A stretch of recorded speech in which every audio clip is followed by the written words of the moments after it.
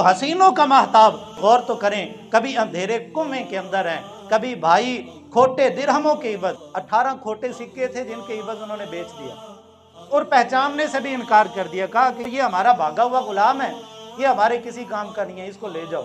और फिर वो वक्त भी आता है कि वो खोटे सिक्कों पे बिकने वाला जब मिस्र के अंदर बोली लगती है ना, मुफस्सिरीन किराम फरमाते हैं जब मिस्र के बाजार में बोली लगी ना, हजरत यूसुफ अलैहिस्सलातु तस्लीम की कीमत इतनी लगी कि तराजू के एक पलड़े में सोना रख के आपके वजन के बराबर तोला गया।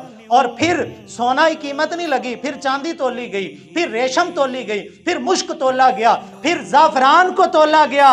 वो इतनी कीमत हजरत यूसुफ अलैहिस्सलाम की अल्लाह ने मिस्र के बाजार के अंदर लगाई। रब्बे कायनात कायनात वालों को बताना चाहता है, और लोगों कभी बंदा 18 सिक्कों के इवज बिकता है, फिर रब जब शान अता फरमाता है तो इतनी कीमत बंदे की लगा दिया करता है। वो